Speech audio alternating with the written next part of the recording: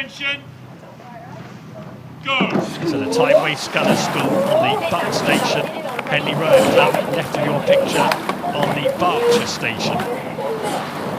It's all important start.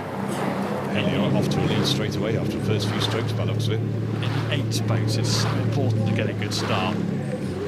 Much rarer that the lead exchanges hands in the 8s.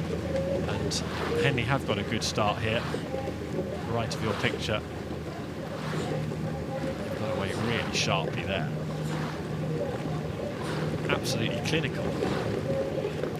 But they've done it really well. Kind of, it's this view slightly deceptive to actually have been in it. They're not miles ahead, but they're about half a length ahead. They've had a really good start, aggressive start, really punchy, got that boat moving quickly, and now starting to settle into their race pace. But Tideway Scullers are not going to have it their own way. They're settling down now, really determined to keep on parity with this Henley crew. I've been involved in a couple of good races so far. This Tideway Scullers 8 on Wednesday as well.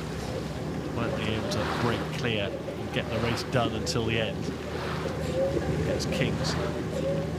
Both crews are going at 38 strokes a minute, so they're still really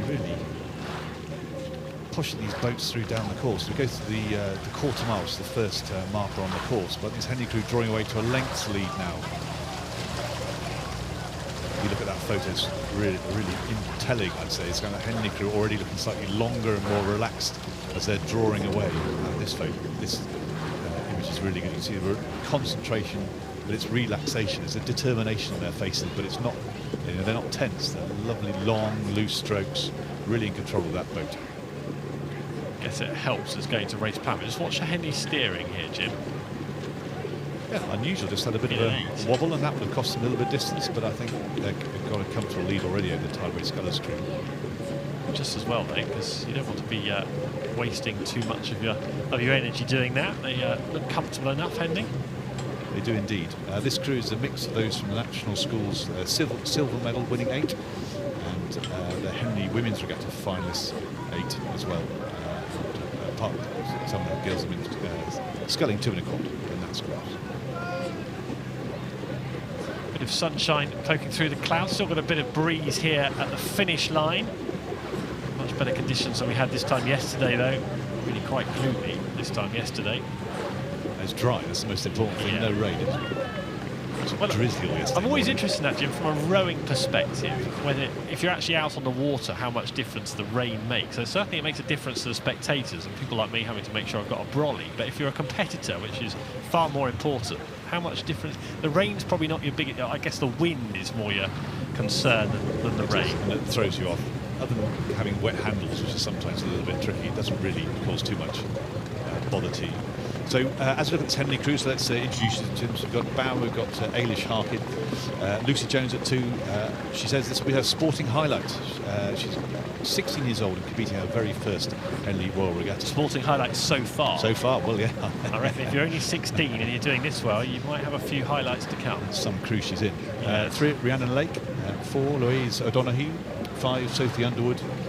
Josie Sawbridge at 6. 7, Natalie Schoenemakers.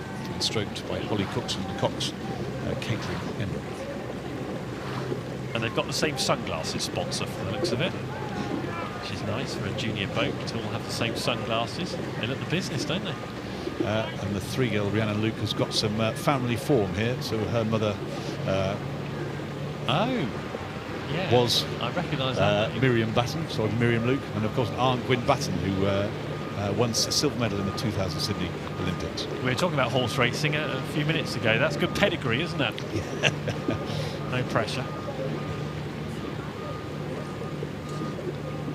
Just interested in the communication in that boat, because you can see, you just mentioned there, Rhiannon Luke, who was chatting away. Is she making calls there, or is she... what's she talking about, do you think, Jim? The standard would be for the cocks to be making the calls, but sometimes you get sort of a rower making some interjections throughout a piece. And here we look at the Tideway Scullers crew trying to get back up on parity with the Henley crew. The Henley crew, you compare the two crews, taking 2 or 3 less strokes a minute. they've got the advantage now, which they can enjoy. So nice long strokes. Yeah, pushing ahead of the Tideway Scullers. O'Sullivan, Tarsi, got Jans Lafford, Ricky McWilliam, and Jans Lafford's sister as well, another risk, and Regan, Lowbridge Kemp, the Cox, Freya Lowbridge Kemp. We're about 2/3 of the way down the course now, just passing Gremlin Club. And here we look at the Tideway Scullers crew. They're trying to get back. They're about 2 lengths behind the Henley Rowing Club crew at the moment. You see that determination on their face, tenacious of effort to try and get back level. Yeah, you can see there, Lowbridge Kemp, Cox, has her work cut out. Because that's the lead that Henley have carved out as they head in front of the enclosures in the next couple of moments. They're taking 1 or 2 strokes less than the Henley crew, so they've got that advantage now, so they can just relax, keep their strokes nice and long. Interesting rig, the Henley crew. You look at the 2 and 3 are tandem rigs, so they're on the same side, which is unusual in an 8. The science behind it's probably more proven in a Cox's 4, but we see there's a few 8s today over the regatta. Obviously the coach thinks that works best for this particular crew. And the coach will spend a lot of time tinkering with the orderings there and the rigging, trying to, I suppose it's through trial and error, is it? Yeah. A few failures, a few successes, and eventually you get to what works best. What works for these particular 9 individuals, I guess. Well, certainly working for Henley this morning. Unless anything catastrophic happens in the next couple of minutes, we'll see them back on the water tomorrow. We watched them as they were warming down to go to start. They were particularly focused, a real determination about them as they rode down to the start. I think that's showing in this race. They're a really focused crew.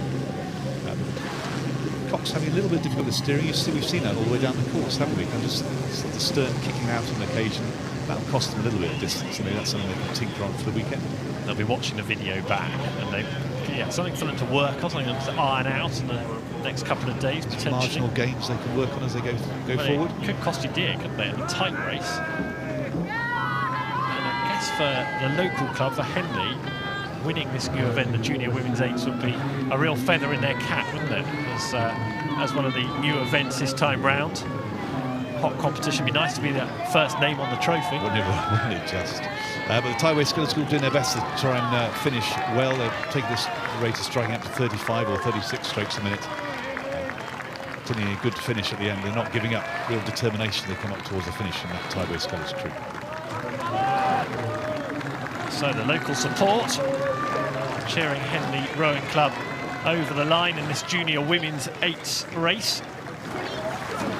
They made it look straightforward. Tideway Scullers have had a really good regatta across the club. Tideway Scullers. But the Women's 8s can breathe easy for a couple of days. Well done to Henley Rowing Club, safely through to Saturday in the Junior Women's 8s. Anyway, the Tideway Scullers School, they can enjoy their weekend.